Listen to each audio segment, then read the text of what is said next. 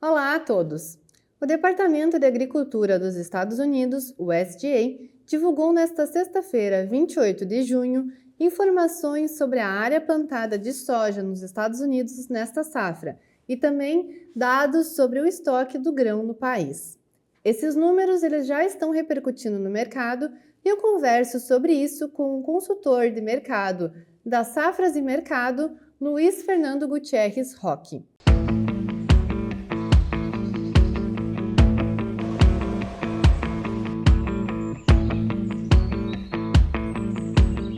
Luiz Fernando, a área de soja nos Estados Unidos ela ficou aquém do esperado, em 34,8 milhões de hectares. Por que isso ocorreu? Olá, Bruna. Olá a todos. Obrigado pelo convite mais uma vez. Bom, Bruna, esse relatório de área surpreendeu, né? Porque, como tu colocou, ficou aquém do esperado, até porque o esperado era um aumento de área e o USDA trouxe um corte de área. Então, é uma surpresa, né? Importante, porque, de novo, o mercado entendia que, como o clima tinha sido positivo e tem sido positivo, né? Para o desenvolvimento da safra americana e também, principalmente, para o plantio da safra americana, que aconteceu entre meados de abril e agora até meados de junho, esse tempo positivo, esse clima positivo permitiria, né, que como a janela de soja estava sendo cumprida, né, dentro do esperado, que os produtores americanos aumentassem a área de soja, ou seja, havia tempo hábil para aumentar a área de soja durante o plantio.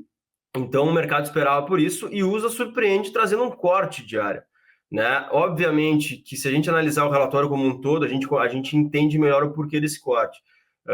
Basicamente porque o que aumentou de fato foi milho, né? A gente teve um aumento bem importante no milho, a gente esperava até um aumento pequeno, marginal aí de 200 mil acres no milho, um aumento de 350 mil acres na soja, mas o que aconteceu foi um corte na soja, e um aumento de 1,4 milhão de acres no milho, né? Então fica muito claro que o produtor americano, né, que é um produtor de soja e milho, né, porque as áreas competem entre si, optou por plantar mais milho. Tendo a janela aberta, né, tendo um clima favorável, ele optou, no fim das contas, a plantar mais milho. E, na verdade, se a gente olhar para trás, Bruna, isso não chega a ser uma surpresa, porque o produtor americano ele é um produtor de milho por essência, né? Ele sempre plantou mais milho do que soja, mas nesse ano a gente achou que podia ser um pouquinho diferente porque a relação de preço entre soja e milho está mais favorável para a soja.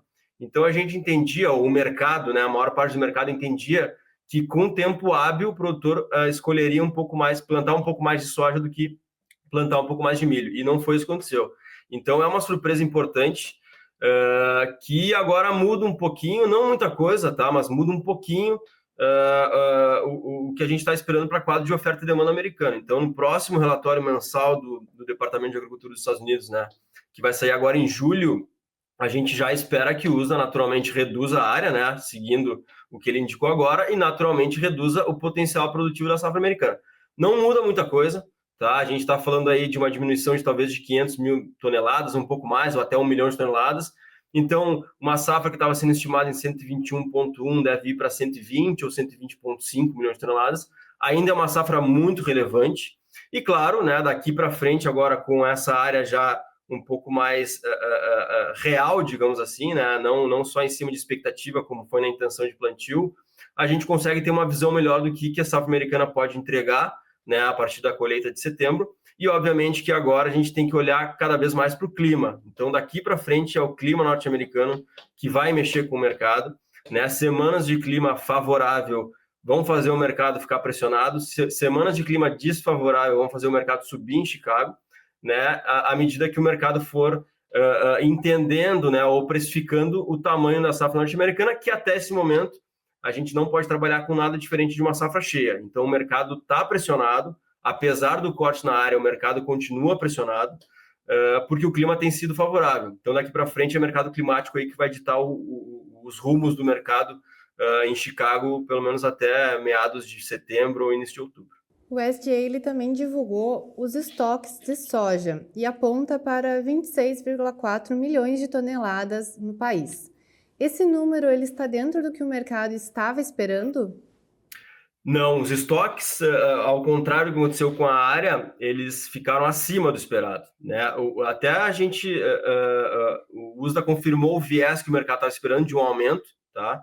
Mas não esperava um aumento tão grande. Então, a gente teve um aumento de estoque aí, indo de encontro ao que o mercado esperava, mas ficou acima do esperado. Então, somando esses dois relatórios, Bruna, a gente teve, né, um dia relativamente neutro para a soja, porque se de um lado a gente tem uma queda diária, por outro lado, a gente tem um aumento de estoque. Então, dá para dizer que, de alguma forma, esses números se compensaram. Obviamente que a questão diária, né, é uma questão que ainda tem que ser confirmada, né, diferente dos estoques que já foram confirmados.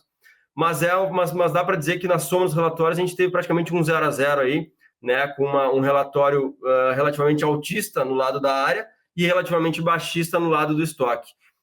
Mas, realmente, assim, não chega a surpreender um estoque maior, a gente já esperava por um estoque maior, né? Ele ficou um pouquinho acima do que a gente estava esperando, mas não chega a surpreender e não muda muita coisa no quadro de oferta e demanda americano, né? Então, a gente já estava trabalhando com estoque 23, 24 maior que 22, 23. Então, daqui para frente, é trabalhar com esse estoque um pouquinho acima, fazer alguns ajustes no quadro de oferta e demanda e esperar aí pela confirmação do tamanho da próxima safra norte-americana, que vai ser colhida a partir de setembro. Você mencionou um empate, né? Então, como que o mercado reagiu a essas divulgações de hoje e também como o mercado da soja como um todo se comportou nesta sexta-feira?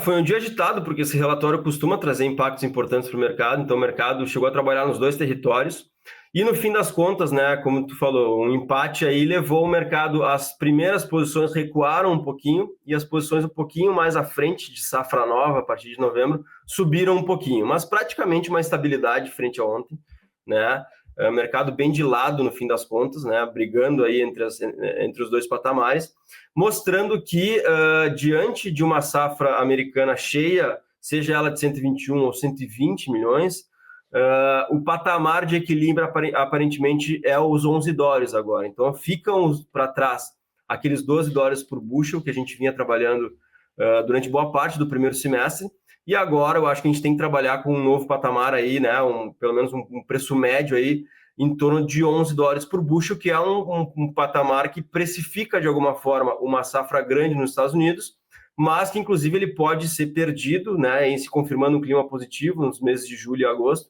e a gente pode trabalhar até com preços um pouco mais baixos em Chicago. Né? Obviamente vai depender tudo de clima. Então, se a gente tiver um clima ruim, a gente vai ter outro cenário, um cenário de mercado voltando a ganhar fôlego, voltando para os 11,50 ou $12 por bushel, até quem sabe um pouco mais, dependendo do tamanho das perdas. Mas internamente, Bruna, mesmo com a queda de Chicago, a gente teve um câmbio que subiu bem hoje, né? E o câmbio tem subido nas últimas semanas muito bem, na média, no geral, né? Das últimas sessões, a gente tem um movimento bastante positivo no câmbio, e o câmbio, a gente sabe, é um fator fundamental para a gente formar o preço da soja aqui no Brasil. Então, se por um lado Chicago não ajudou muito hoje, por outro lado o câmbio ajudou. Então, a gente teve preços firmes hoje, até um pouco melhores que ontem em algumas praças, com o câmbio trazendo realmente um suporte para preço nesse momento, mesmo que Chicago demonstre fraqueza.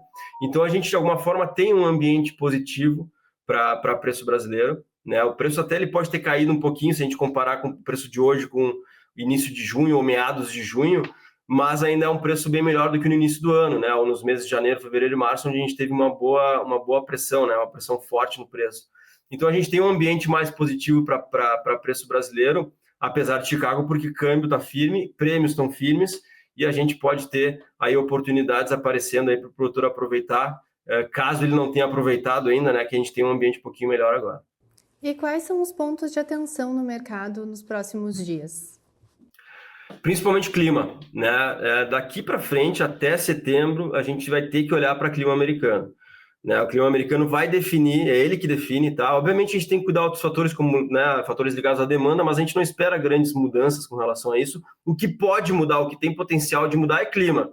Clima a gente sabe, a gente faz uma previsão, mas daqui a 2, 3 semanas essa previsão pode mudar. Então é importante, né, os players aí, principalmente os produtores, ficarem atentos ao mercado climático norte-americano, aos mapas, né, para o centro-oeste americano, para o meio-oeste americano, desculpa, para o cinturão produtor americano, porque, como eu falei, semanas de clima ruim, o mercado pode ter momentos positivos, assim como semanas de clima bom, semanas de clima favorável, o mercado pode dar uma continuidade ao movimento de queda. Mas não tem nada definido até agora, e daqui para frente, principalmente o clima vai ditar o rumo desse mercado aí, pelo menos até setembro, porque a partir de setembro aí a gente vai ter que mudar, né, a nossa atenção para o clima na América do Sul, para o plantio da nova safra. Mas por enquanto é um pouquinho cedo para ter atenção a isso, então vamos cuidar do clima americano aí, que é o que vai definir o rumo do mercado aí até pelos próximos, 4, 5 meses. Muito obrigada, Luiz Fernando, por todas as informações. Nós seguimos acompanhando o mercado da soja e demais informações sobre o agronegócio no portal destaquerural.com.br. Obrigada também a todos que nos acompanharam. Até mais!